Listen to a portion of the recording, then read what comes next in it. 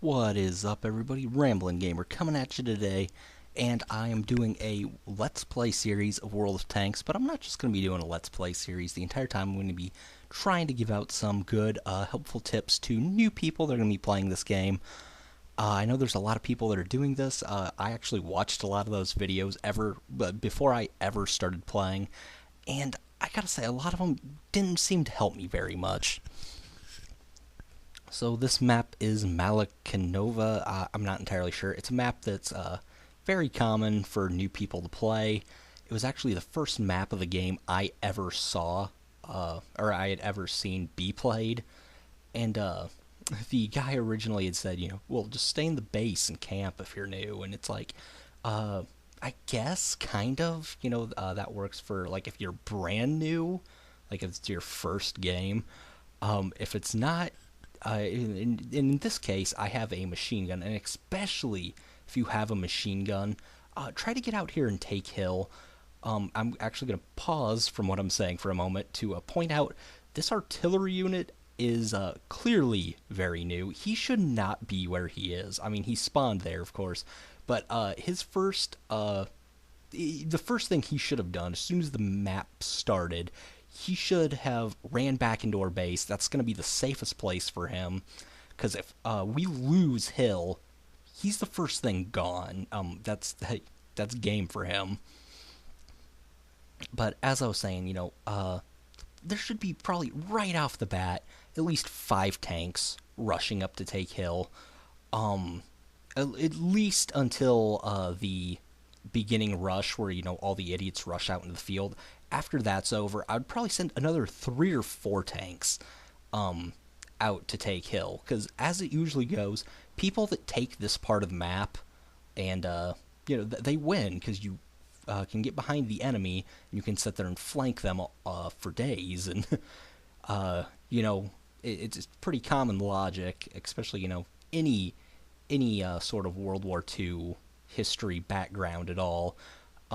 You can't fight, both sides. You can't fight in front of you and behind you. I mean, you can, but clearly not as easy as it is to just fight like in front of you, or I guess whichever one way. But ramble. What I'm saying though is you don't want to be fighting on 2 fronts. It doesn't work very well for you, especially in these earlier games. Actually, probably more in the later games than in the earlier games. There's not a lot of one-shot weapons in the early game. But yeah, like I said, machine gun, big time. Get out here and take Hill. You're not going to be sniping with that thing. That is not a sniping weapon at all.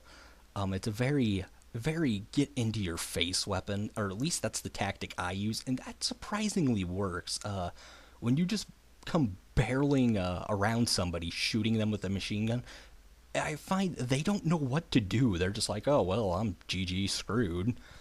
And hey, remember what I said about artillery and why you should probably be back in your base in this map? Well, this is why. No one came up to protect Hill, so he was their front line of defense. And, if he would have hit me, he would have killed me. But as you can see on the map, I have another 2 guys there. 3 guys backing me up. And, yeah, he was done regardless, even if he'd managed to get me. Now, see, at this point, we're tied. Things are looking good for either team at this point, except for we've taken Hill now. And actually, me and this guy up here are rolling into their base. This is essentially game for them, because I imagine there's a few of them right now that have realized what's going on, but for the majority of them, they're still setting their camp and they're not looking at the mini map at all. And it's going to be those guys that have just cost these guys the game. Actually, it's the entire team that cost these guys the game, because this easily was preventable by sending a good 2-3 tanks up onto the hill. Now, at this point, I shouldn't be shooting at this guy. I should be looking at the entire slew of other tanks to the right of me. But I guess, what the hell. I wanted him gone. But yeah, here we go. All these tanks up here, easy pickings. You can clearly see up at the top there, just how bad things went for them. Just a little bit ago, we were tied up, and now we have a massive lead because we sat here and flanked them.